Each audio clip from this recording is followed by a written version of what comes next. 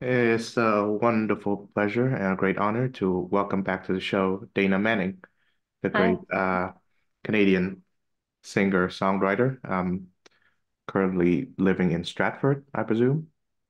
I actually am living in Kentville, Nova Scotia, Oh, well, okay. which is where my husband is from, and I got married this year, and I'm pretty much here now, although I go to Stratford a ton. So I play lots of shows there and still do some programming there. Wonderful. Well, first, welcome to the show. Thank you. And congratulations on getting married. Thank you. Yeah. I think last time we spoke was in 2022, and I think a lot has changed in both of our lives since then. So, Yeah. as you've mentioned, you got married. So, how was the wedding? Oh, it was awesome. We were married in Stratford, just a few doors down from my home there, and all of our family came and friends, and it was small, about 50 people, and it couldn't have been better. Best day of my life. It was awesome. Thank you. Yeah, that's wonderful. Again, congratulations. Thank you. So, how did you spend your Christmas? Oh, this Christmas I spent it with the flu. Oh, Yeah, we actually went to Germany just before Christmas. My husband is a pilot, and there was room on one of the flights that he was operating. So we mhm. went to some Christmas markets and things, and on the way home, we we definitely just caught something on the way home. So we had a really quite a quiet Christmas at home with just the three of us, and got a new puppy. So going on the puppy adventure as a family, which was fantastic. So that's I guess the newest thing in my life, non-musically. I see. Yeah. So, your husband's a pilot? Yeah, he's a commercial pilot. Hmm. Does he belong to any particular airline? Air Canada. Yeah. I see. The Yeah. the big one. Yeah. Yeah. Does that mean that you get discounts for the flights that you board? Well, not re like if I'm going with him on a vacation or something like that. Yes. Yeah. I see. Mhm. So how long were you in Germany? 3 days. See. And what city were you in? Mines. So it's just outside of Frankfurt. Okay. Um, Mhm. I trust that you had a good time. It was great. Yeah, the Christmas markets were in full swing, and we had a nice traditional German meal. And I'd never spent any time there, so that was really interesting to Mhm. do. Mhm. Yeah. I was in Budapest during Christmas time, and the Christmas market there is quite amazing too, although it can get exhausting because it lasts for like at least 2 months. Oh my gosh! Wow. Yeah. Did you go see your family over Christmas or? I saw my aunt for a bit. Um, Mhm. she she departed back to Vietnam around Christmas Day. So for the most part, I saw my brother because he lives with me now. He's Oh, also okay. studying here. Oh, that's great. That's Mhm. really nice that you're not alone doing that. Yeah, yeah, I think so too. And I had probably the most relaxing Christmas in years. Wow, that's Yeah. good. Mhm. Yeah, sometimes the less going on is the bet you get a real break, right? Mhm. Yeah, Yes. And of course, I trust that you had a relaxing Christmas as well. absolutely. Definitely caught up on my sleep and ate great foods, and yeah, it was just awesome. Mhm. We had lobster dinner for Christmas. Being on the East Coast, the lobster's in season near us, so we instead of having turkey, we did that. Mhm. Yes. So is the new marriage was that a motivator? Was that a reason for you to move from Stratford to Nova Scotia? Yeah, Steve has a young daughter, and she lives with us pretty much full time, and so I'm a serious stepmom these days. Oh wow. Yeah, So you guys live in what's called a blended family, right? yeah. Mhm. Mhm. So did you have children before entering the marriage? No, I've never been married, and I don't have any of my own children, so this will be it for me. Oh wow. Yeah, So you get not to presume your age, but you got married pretty late for like the yeah, standard treatment. I did. Yeah, Mhm. I think being an artist, it just is a your focus is just very different than maybe having a 9 to 5 job, and the adventure of being an artist during the time that I was kept me going. I mean, I remember times in my 20s where I don't even think I was home more than 2 weeks for a decade, and touring and working on projects and albums, and the cycles of all of those things changing all the time really made for an inconsistent life. And I found it very hard to find the relationship that I wanted, and that kind of stuff. I mean, I love being married to Steve because he likes to travel, and I like to travel from my job. I'm kind of used to traveling, so we try to make a trip every couple of months somewhere and do something fun. And um, he also through that we have lots of common stories. So he spent time in all the little towns in Canada that I've spent time in, and have a bit of a broader perspective on locale, which I think we bonded over. And I I definitely think that comes from my artist life. Wonderful. So, Yeah. do let me know when you come to Budapest or Hungary. I would love Love to to. Yeah. have you here. It's a wonderful city and also very affordable too. Oh, interesting. Yeah, that's cool. I Mhm. will keep that in mind.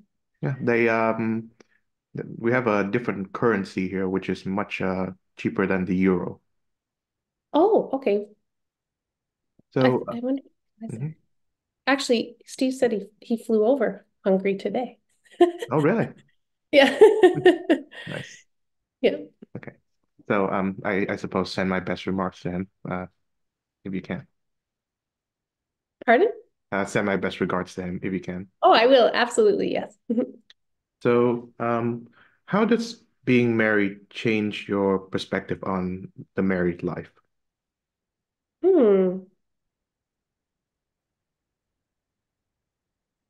It's so interesting because part of me really feels like I'm revisiting my childhood in a way Hmm. because of being part of that kind of nuclear blended family, but nuclear family too. And um, the different roles, and I it's definitely brought a ton of consistency in my life. So I really have to plan that I'm going to work between this hour and this hour, whereas before I would work whenever I wanted.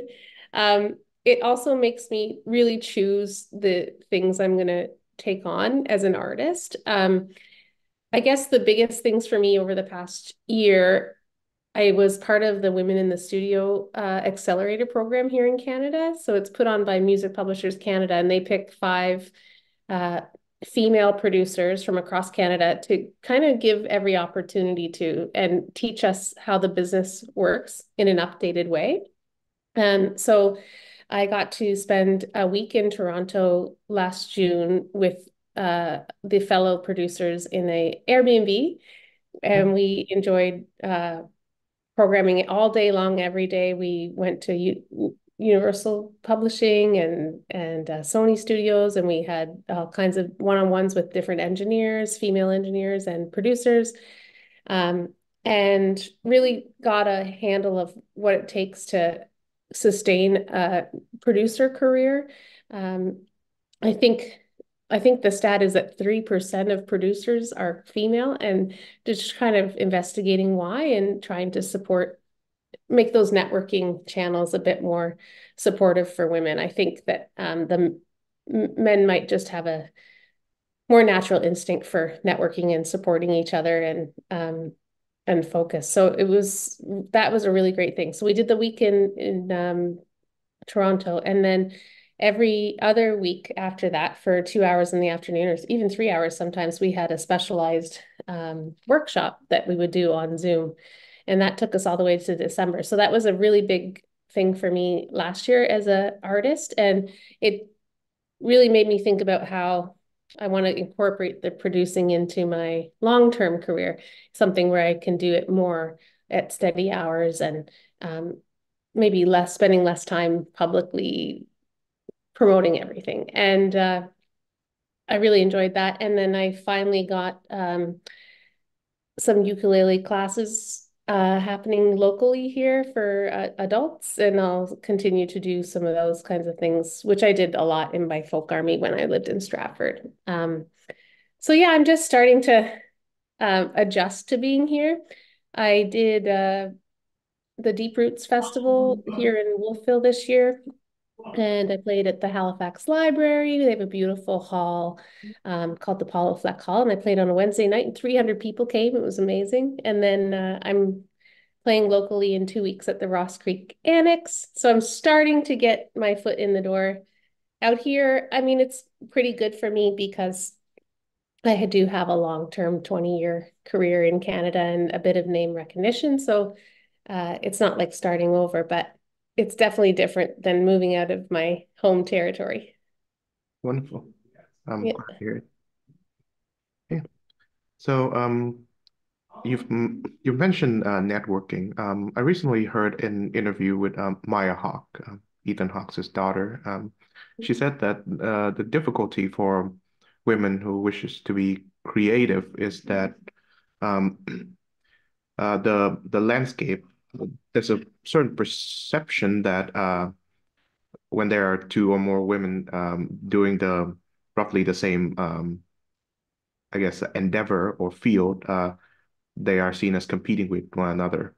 So a disadvantage when it comes to women in the creative business is that there lacks an opportunity for networking. So I wonder if you see the same thing. I do see the same thing. I just think there's just natural things about women that don't lend themselves to networking. I feel like we have it's it's such a it's a huge topic to talk about, and I guess I don't have my head wrapped around it right now, but I do feel that we it's not just women. I would say it's all minorities. Um, have a natural filter in us. We kind of grew up knowing where um when to speak, what to say, the a bit of a natural instinct that maybe the leaders that we're used to in our fields don't really have to deal with. And I think sometimes when we take those barriers down and let ourselves run, we get a bit of a bad rap too, like a bossy or that kind of thing. Um, I definitely think there's room for everybody, and I think internal confidence is extremely important. And it's something that I still struggle with trying to get what I want. The other thing that I think is very um, unequal is likely pay. And I do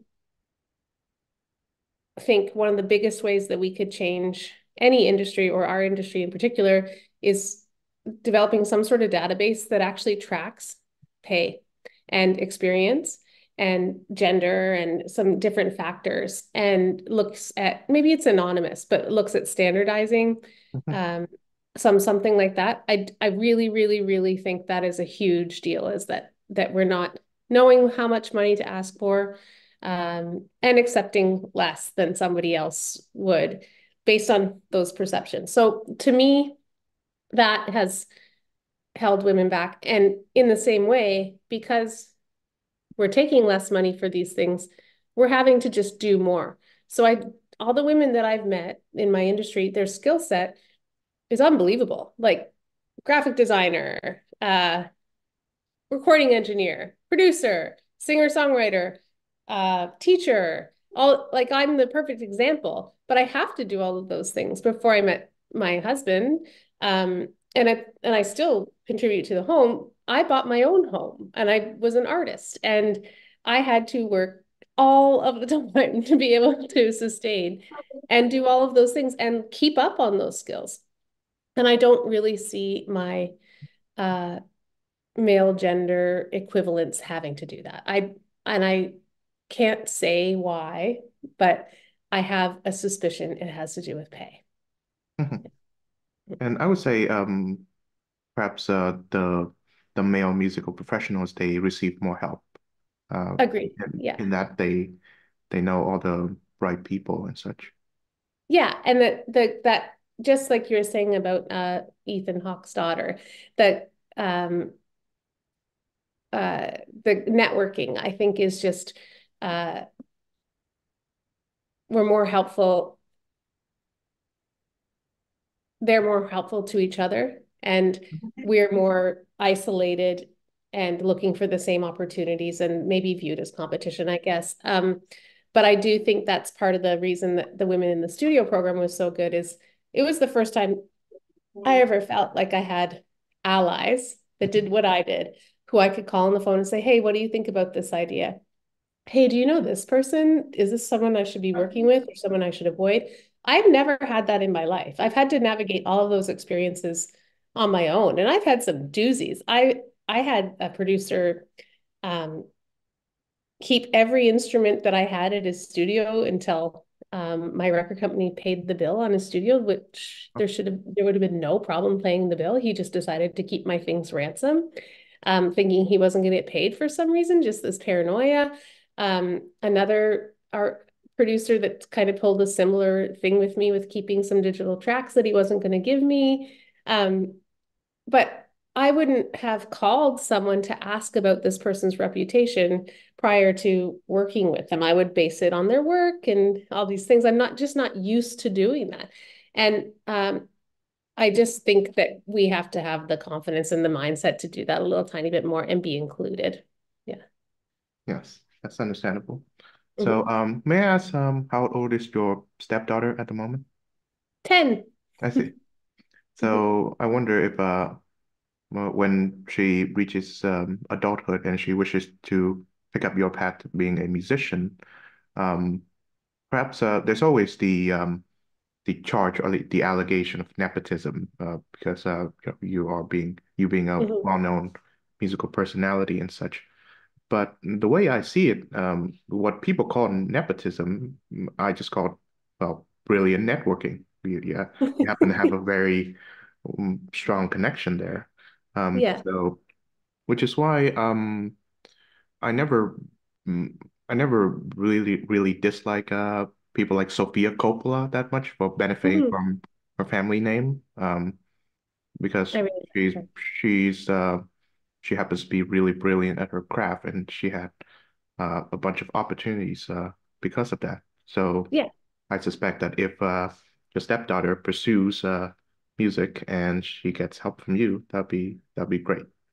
Absolutely. And I think that that's the same in almost any field. I also truly believe that our neural pathways are hereditary.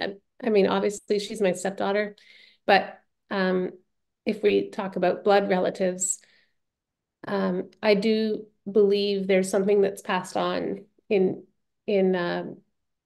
knowing how to play something. I I just knew how to play a guitar when I played it, and I knew how to sing. And my father's a fantastic trumpet player, and I have music in my family, and that was just an instinct that I had. I also think most people have the instinct, but maybe not the social comfort of using it. So I wonder if you were starting out your musical career, say now rather than when you started out, would it be an easier path or a more challenging path for you? Oh, that's a really tough one. That really does really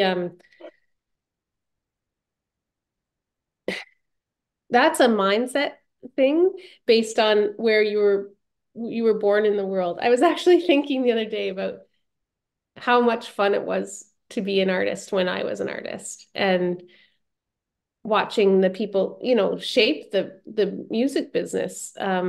My manager, Terry McBride, was one of the people who found Coldplay and um, signed it to his label in the United States and I mean changed music. Like these amazing things could kind of happen, and being part of that scene was really something else. I what I have found, and that what I learned mostly in the Women in the Studio thing, I really felt like the most successful songwriters and producers we're TikTok and Instagram based on Reels, and a lot of them were telling me about placements that they get that pay their bills, and the songwriting is almost second to their income. I mean, it can be good if they get some placements with larger artists or viral songs, but I don't think the money is there. I think the music business has really changed. I think that the publishers are in charge now.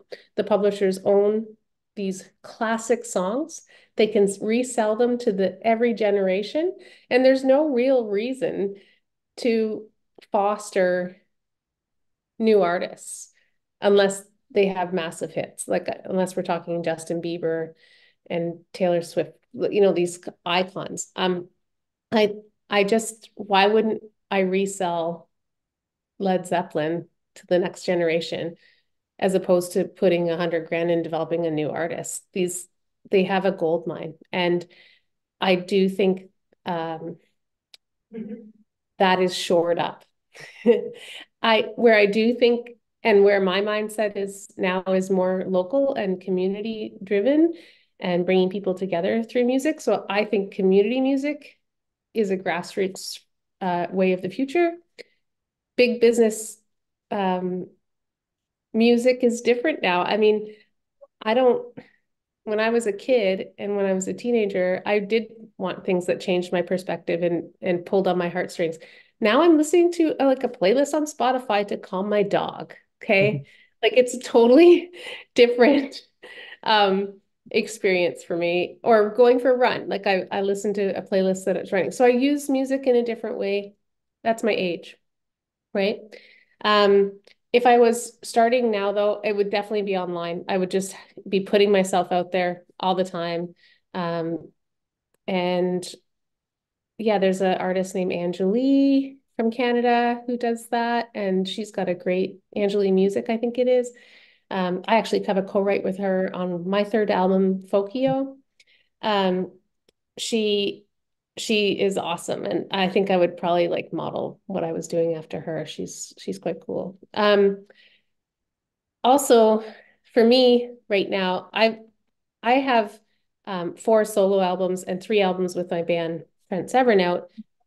But when you go on my Spotify, you can only find two of my albums. And what I've been working on also this year, which I haven't mentioned yet, is I'm just re-recording all my favorite songs Mhm. acoustically really well, really nice versions, and I'm going to put them out on Spotify. So when someone comes to my show, they can just hear exactly what they heard at the show and get a nice version of it and have it be there. So yeah, I think I would produce more content, write more, and not be so particular about how my final tracks sound. I would just put out as much as myself as I can and help other people. I think that artists need to help people learn an instrument or how to write a song or participate in something. I really like that too online when people do that. So I'm definitely reevaluating how I want to do my career in the future and just starting to lay some of the groundwork for that now. I see. So do And I you learned a lot of that through Women in the Studio. mhm. Do you know when you'll be releasing the acoustic versions of your previous songs? I don't know. I have five of them recorded so far, and I do have well, I'm not gonna record everything, but I'm Mhm. gonna record 15 to 20 of my favorite songs. And I'm not sure if I'll put them out one at a time or all together, but I do have five recorded. I don't have them mixed yet, and I'm working away at them. I definitely plan to have a new album out in 2025 for sure. I look forward to hearing them. Thanks. Yeah, and we should definitely get together when your 2025 album comes out. Yeah, absolutely. I'd love that. So you mentioned the Women in the Studio initiative, and so my question now is, do you see that there should be more women in the music business outside the area of performers, as in producers, publishers, and A&R people? Oh yeah, that definitely needs to rise. There's definitely some great leaders here in Canada, in publishing, in record company, and these leaders are the ones doing this initiative for us artists and really recognizing that, hey, these artists aren't feeling that confident and we need to inject something here. I also think that they know by injecting this knowledge into us, we're going to pass it on to other female artists. Um, it's a really neat program. I think we were year 5 of the program, and you become an alumni and you have all the opportunities that everybody else has going forward, being an alumni of that program, to learn and participate and network. So I definitely, I feel that I am seeing a rise in women, in the music industry in general, for sure. Yeah. The artist side feels a bit the same to me though. I don't, yeah. I see. Um, so do you feel the sameness discouraging or encouraging?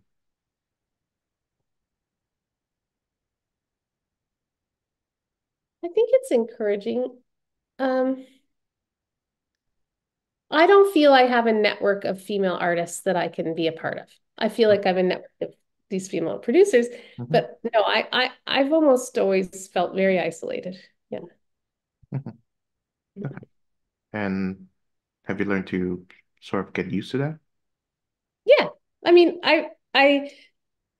I also started writing songs in my childhood bedroom when I was 15 or 16 Mhm, years old. I always did this alone. I never, um, this wasn't a social thing for me where I wasn't, going down to my buddy's house in the garage and jamming and having a good time. I was always just creating a craft. It was like doing a painting on my own. So I do feel just having that perspective, solo artist headspace, can keep you there too. That I don't feel that it's somebody's fault that I feel like that. I just feel like there's a comfort level for me where I'm not bothering someone or I'm uh, just taking my time to work out the things that I want to do. I do love feedback though, um, and constructive criticism, but that's also hard to find too, unless you set up your own networks for that. mhm. Maybe I should. Yeah, I understand. I suppose this isolation that you feel can be a good thing because it allows you to cultivate a life outside of your professional life, your musical life. Yeah, that has Mm, been really important to me. And honestly, finding my family has been a high priority for me my whole life. And I've pursued it in different ways, and just not successfully. And now I have. And having that part of my life together really makes me feel like I can have a strong base to do my other interests from. yes. To borrow an aviation term, I'm guessing you feel more grounded these days. That's right. Yeah, that's funny. Yeah. So, tell me about your dog. You've mentioned him or her a few times. Oh, Clover, do you want to meet her really quick? Sure. Why not? What you doing? This is Clover. Hello, Clover. How are you? She's very sleepy. She just had a big belly full of food. But she's 2 months and a week old, and she's a golden doodle. My husband and I both have allergies, Uh-huh. and my husband had a dog from the same breeder for 15 years. So I see. she's a new one. Mhm. So, is she Well, hypoallergenic? yeah. So she's half golden retriever, half poodle, Uh-huh. and the poodle keeps her hypoallergenic. Mhm. Yeah, but So, she'll get pretty big. She's good for running with and playing and all of those kind of things. mhm. Yeah. So, There you go. Hey, that's your so- first interview. I'll put her back. We have Right. so Yes. we have set up like a playpen area near the outside door, and she rings a little bell when she has to go to the washroom, and she can walk about a block at a time, and keeps you up every 3 hours at night right now. So I'm kind of tired. So, have you had experience with having pets in your house before? Yeah, I have a 17-year-old cat, Mr. Kitty, upstairs. Oh, wow. And uh, I had schnauzers growing up. My family always we had 3 family pets, I guess, my whole life. Mhm. Yeah. I have a cat in Hanoi. Sushi Oh, is her name. My mom sushi. named her. Yes. Um, so she has been the longest lasting pet that we've had. I had cats in the house when I was between the ages of 5 to 10, but they've all ran away. So that was a Mhm. pretty sore point of my childhood Oh, years. how old is Sushi? Um, I believe it had been 7 to 8 years since we last had her in our house. So yeah, so I would say she's around that age. Okay, nice. Excellent. Yeah. Mhm. Yeah, Mr. Kitty's the longest living cat I've ever heard of. Oh, He's just doing great. He's pretty skinny though. He's I don't know how long we'll have him. And like my stepdaughter's pretty attached to him, so I wanted to make sure we got another animal before something happened and less traumatic, I think. I Mhm. see. Mhm. Do you find that pets keep the family together? Yeah, it makes everybody smile, and Hmm. you can't be around the dog and frowning, I don't think, and it gets us out for a walk after dinner. Um, yeah, I think pets are pretty important. Yes, I think so too. Unfortunately, in my current apartment, we haven't had any pets, so can be quite the absence. Yeah, well, it's a hard time right now because you won't be there forever, and it's easier to get a pet when you settle in somewhere, I think. Yeah. Of course. So tell me about some of your upcoming shows. Oh, well, I am playing at the Ross Creek Annex on January 28th, and that's in Canning, Nova Scotia. And it's a pretty neat series. It's like a community event where a chef puts on a really nice lunch at noon. Um, and I play an hour set at 1 o'clock. But at the community, everyone has lunch together prior to, and everyone under 18 is invited to lunch and the show for free. And then there's daycare in the basement for anyone who has small children, so they can access the show. So that's the kind of thing I'm really into doing. So I'm really excited to play this one. I think there's 3 tickets for lunch left right now. Um, Otherwise, this year I don't have too much planned at the moment. I usually do a show every year at the Stratford Festival, but I'm not going to do this year. I'm going to do it in 2025. I really do want to get something new together and have something exciting to release with the show there. Mhm. Um, and otherwise, I'm going to really concentrate on doing those recordings. Mhm. Yeah. Yeah. So I wonder if if you still get nervous whenever you are about to perform live. Yeah. So I my nerves are all based on the amount of preparation I have done. So if I have practiced on a regular basis and I feel good, then I usually am pretty good. One thing that I have been dealing with is I've had really random bouts of like asthma and inflammation over the past 10 years. And I just got a diagnosis that I have yeah, this Samter's triad thing. It's really just helpful. I've known I've had these issues for about 10 years, but I never knew how to manage them. And I've finally got some medical help with that. And so I find my nose and my shows and my resonance and thing are more predictable because I can manage my diet and manage those symptoms. So it's just a kind of a rare thing that can onset in people's 30s is generally when it happens. And I had no idea what was going on. And that's been really helpful to have a handle on. So I feel like as an artist, um, obviously needing to sing is highly important. Mhm. And being able to just uh, always feel my best has been a lot easier. Mhm. I see. Um, since since you mentioned getting older, I believe especially amongst women, getting older can be seen as a sign of decline. So many women who are in the public eye prefer not to get older, and it is certainly the case that the entertainment industry prefers you. He has a bias towards. Yeah.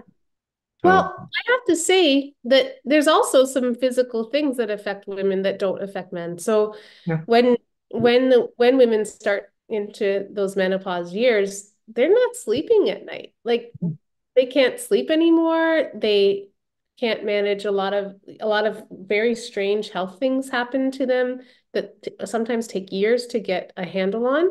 And I definitely think that we're not necessarily equipped to support women in that way. I do think there are some major steps forward there, but that was definitely a surprise to me. I didn't think that I would go through such inconsistent health things, although I think some of mine are related to what I was just mentioning. But I do think that menopause for women in their 40s to 50s really takes some of them out of the game. They just don't have the energy, don't have um, the wherewithal or the sleep, honestly, to function at this such a high capacity as they were going into those years. And so I think you see a little bit of a drop. I do understand the physical side of that too, um, and the pressures from there. For me, I don't feel like my career was ever like driven by my sexuality, so I don't worry about that too much. Yeah, I don't think I'm going to change very much, but for me, it's just managing energy level. I see. Yeah. So I'm guessing there are things that you used to do, like used to be able to do, and you do frequently, music-wise, that you find yourself not being able to do as effective now, I suppose. Well, I just can't do as much. I just can't, um, I'm just more tired. That's all it is. I can't, record all day, go teach a class, and then play a show. I just can't. And I can probably do like four of those things in the whole week, whereas I used to do it all day, every day. And so it just takes my production down. I also have a lot of other responsibilities, being a wife and a stepmom, that are my priorities over those things. Um, so those things combined really end up reducing my productivity to, I think, 25 to 30% of what I normally would have produced. Yeah. Does getting older affect like the kind of music that you would choose to listen to? Yeah, well, the scenarios are different. So if we're all having dinner, we might put on a dinner playlist. Going for a run, I'll listen to something else. Cook when I cook certain foods, I'll put like music from that culture on. Uh, I don't necessarily listen to the kind of emotionally soothing songs that I would have when I was younger. Although I still feel like I would write them because I feel like that's the tool that I use to emotionally soothe myself. Um, yeah, being older also lets you listen to nostalgic music, something that takes you back to a place in time. I think one of the biggest things about life is when I was young, I learned the world. I learned how the music business worked. But then they change. They absolutely change. You can't predict how it's going to change. And that's just how life is. And it's very hard to understand until you live it. Yeah. I have been finding myself these days listening to more like familiar music, like the music that I've listened to in the past. I'm still discovering newer music, Yeah. but I don't do it as frequently as I used to. And Yeah. whatever new music that I end up discovering, it is typically one that is not newly released, but the ones that have been released like long ago. Yeah. The record companies and the music publishers want that to be the music that you're discovering right now, right? Yeah. Um, and so yeah, to me, music is a memory. Mhm. Most of the music that I listen to is from good periods of my life or really fun events. I used to go to a lot of shows and buy my CDs from those artists, and the memory of hearing those songs from them playing them on the stage the first time, and where my mind went, those things are memories for me that I like to revisit. So that pleasure center, I guess. And Um, I think yeah, it's just comforting. Like I love Tom Petty Wildflowers is my favorite album. I can listen to that at any time ever, and it always gives me the same feeling. So I definitely think music is feeling making, and um, it doesn't happen the same way for everyone. You have to have your own connection, your own discovery for that. So even if someone says, "Oh, you got to check this out, it's absolutely amazing," it just might be the wrong time for that person to hear it to make that emotional connection that you made with it. And it's just such a personal experience, and that's what's cool about it. Hmm. Yeah, Yeah. Speaking of Tom Petty, I believe Rick Rubin produced that album, right? Wildflower. yeah, he's my favorite. I've been listening to his podcast frequently, Yeah. and I wonder if you've picked up his book yet. I haven't had a chance to. Oh, no, I definitely will buy it. Yeah, I believe it's called The Creative Act, and you might find it inspiring. Oh, I definitely will. Everything he says is inspiring. I got to go to his house once, Oh, and really? I was making my second album at well, it was a place called Cello at the time, but it was the original Ocean Way studio in LA with a man named Jim Scott, and Jim Scott engineered a lot of Wildflowers. And we wanted to borrow a Chamberlain organ Hmm. from Rick, and so Rick said that we could come by the house and pick up the this Chamberlain, and we got there, and he had an administrator there to greet us in a little office, and she had us in and said, Rick said he'd really love to come up and say hi, but he's actually in the basement with Johnny Cash recording right now, and they Oh, can't wow. interrupt the session. And so it was pretty neat to go to his house and see it and borrow that organ and know he was in the basement recording with Johnny Cash. That would have been around 2001. Yeah. Oh, wow. Yes. Mhm. So, I wonder if you get the same feeling of nostalgia when you listen to your own songs. Oh, that's interesting. Pardon me. For me, when I listen to my own songs, I'm just analyzing everything. I'm analyzing how my voice has changed. My second record, Shades, I didn't like how my voice sounded. So whenever I listen to that album, I think, oh, I wish I could redo these vocals.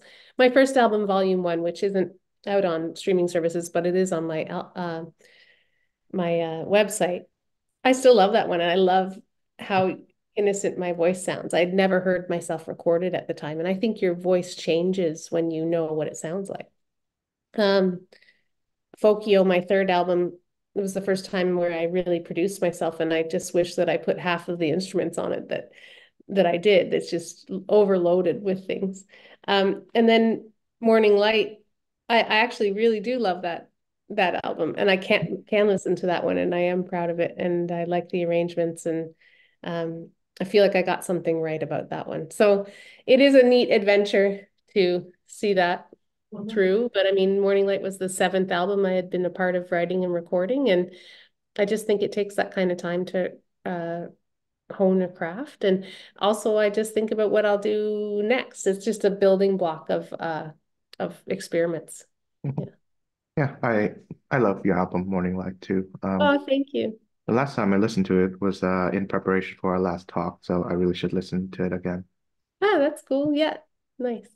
I've been making my dog listen to it. So when we drive around in the car, so he gets used to my voice and or she, sorry. And I play a lot of guitar to her, so she'll get used to me practicing in the house and knowing what that sounds like.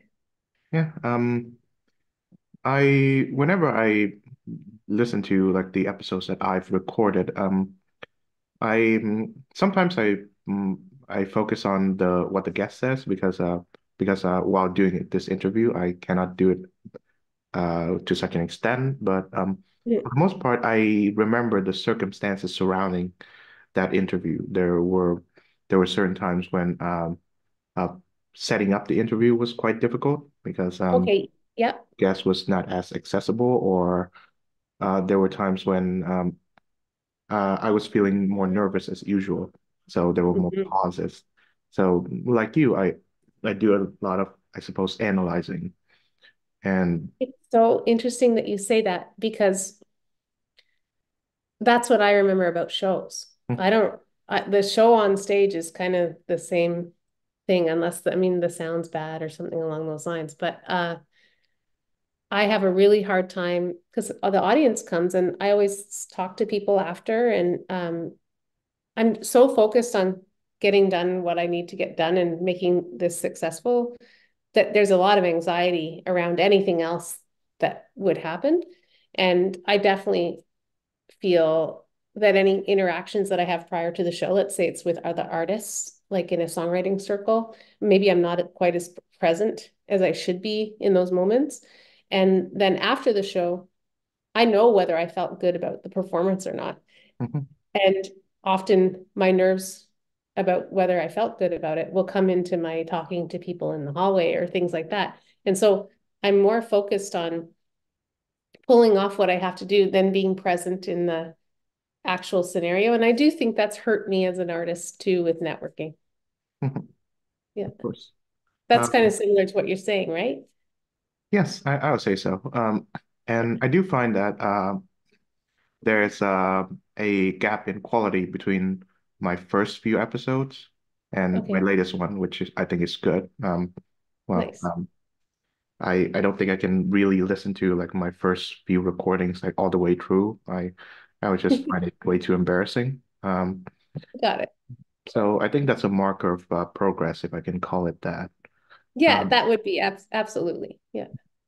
and I suppose what you've said regarding, say, your nervousness before or during the shows is to a smaller scale what I do, like either before or during these podcast conversations, because I know that I know that many technical aspects can go wrong, like not discounting what may go wrong during a conversation since it's pretty spontaneous. But Hmm. for the most part, having these conversations have been much more productive. I don't find myself committing any social faux pas that I have to be regretful about. Yeah. But nevertheless, the aspect that I find myself not being able to control is the technical aspect, as we've Hmm. experienced earlier. There were certain episodes where I did not set up the audio equipment properly, so it came out like pretty bad. And Okay. um, yeah, I tried to salvage it as much as possible. I think you can still find it in like my previous podcast feed, but it's the lack of quality still shows. So during this hour, I do my best to make the best out of it. Yeah, you have to set up for success. It's interesting. I'd have to really dig to find this, but I just did listen to a neat podcast that um, parallels being a musician to being a pilot and how when, a pilot takes off the ground, there's 100% chance that they're planning on landing that plane, right? Like there's the errors. And I've seen this from my husband. I've seen the briefing that they do, the debriefing that they do. I've never seen an industry more transparent or on the pursuit of perfection. I think about it all the time. Um, because it's so unbelievable. It's truly unbelievable what that industry has achieved for success. And this podcast paralleled being a musician and having a successful show to taking off that plane and landing it. And that most musicians, I think that was like 1 out of 4 shows isn't going to go well. And it's because there's so many different changes, like the technical aspects of that show change in every scenario that you are, and how you can try to get all of these things to be aligned every single time. But it just doesn't seem to work that way, even though we're using the same equipment. And you always have that variable of who you're interviewing and what their equipment is going to sound like. Um, so it's almost unachievable, right? Mhm. Yeah. For the most part, I only have to worry about equipments from my own side because Okay. on the other side, everyone sounds pretty good. Oh, that's good. Okay. Yeah, neat. Yeah, but I think you'd find that podcast interesting. I'll try and find it and send it to you. Yeah, wonderful. Um, Okay. I I try not to make this show too much about myself because it's mostly about the guests. But despite all of the risks I've mentioned, prepping and doing this show, I find it to be immensely rewarding. I've I've got to meet very interesting people, you yourself included, that I would never have had a chance to in real life. Well, Absolutely. I think it's so great. And I love meeting you too. Like that's one of the great part of my job is all the people that I meet from all kinds of walks of life and all different backgrounds and experiences. And um, it is hands down the best thing about being an artist. that's wonderful. Yeah, Mhm. I've enjoyed meeting you too. Nice. Excellent. Yeah, I certainly hope we get to meet in person at some point. Me too. Yeah, I'll keep that hungry thing in mind. And if you're ever in Canada, you never know.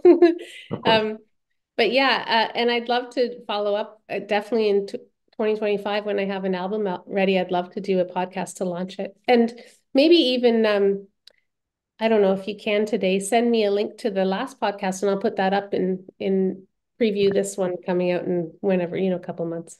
Okay. Yeah, Okay, I'll send you the link to the last one, and then I'll let you know okay, when this one drops, so to speak. great. Awesome. Oh, it'll be this week? Um, it can be if you like, Oh, but no, I there's no rush plan, whenever you want to. Yeah. yeah, I plan to do it like a few months from now. Oh, a few months. Okay, yeah, that's great. No, it Yeah. does not have to be. A few months is great. Okay. Okay, well, thank you so much. Yes, and thank you. I think a good final question to close up, one that I actually la asked you last time. I wonder if your answer changes. What does music mean to you? Uh, well, you'll get a fresh answer every time because I don't remember what I said. Um, to me, it's my spiritual connection to the world that I live in my heart and my feelings and um, the world. I don't know. It's cinematic. It's the like nostalgic, romantic, cinematic, um, spiritual connection of my life. My words exactly. Thank you very much, Nice. Nina Manning, for joining the show. Thank you, Kate. Bye.